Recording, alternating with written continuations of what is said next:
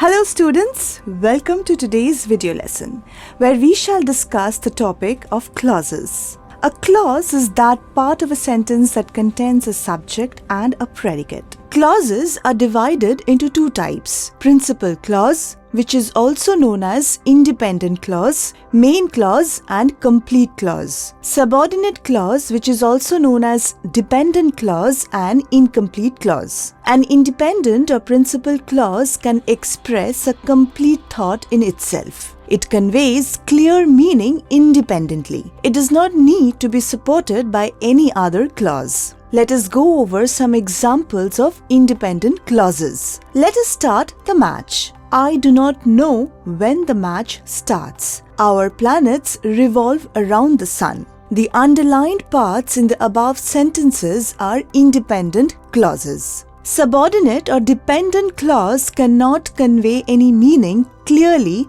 without the help of the principal clause, though it contains a subject and a verb. For example, this is the place where Mohan used to stay. Rahul ate a burger after completing his homework. The underlined parts in these two sentences do not convey complete meaning independently. Hence, they are dependent clauses. Now, there are three types of subordinate clauses. These are noun clause, adverb clause, relative or adjective clause. Clauses can play a variety of roles in a sentence. They can sometimes act as a noun, adverb, or even adjective. Let us begin with discussing noun clauses. A noun clause is a dependent clause which is a part of a sentence that contains a subject and a predicate. It serves the purpose of a noun. Noun clauses usually begin with the following words: pronouns, what, who, which, whom, whose; adverbs, when, why, how, where; conjunctions, that, if, whether. Here are a few examples on noun clauses. What she said surprised everyone. You should pay attention to what your teachers say. On holidays, we can do whatever we want. I don't know if we can be there in time.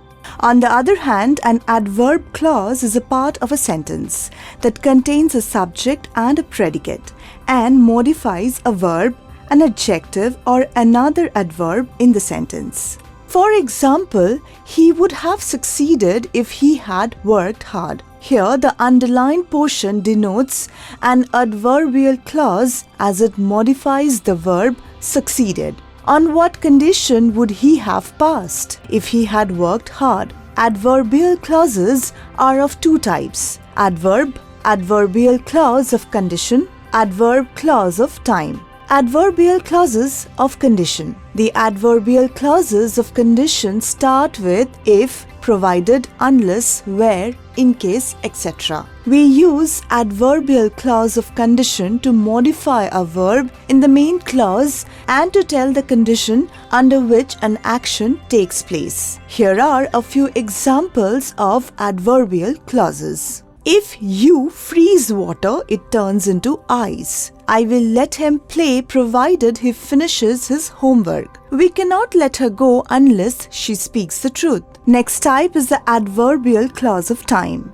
We use adverbial clause of time to modify a verb in the main clause and to tell the time when an action takes place. We use subordinating conjunctions like when, after, whenever, before, after, as, till, until, as long as, since, while, etc. Here are a few examples. They adopted a puppy when their dog had died. I have not met Vineet since he shifted back home. My father was not home before the incident. Next, we have relative clauses or adjective clauses.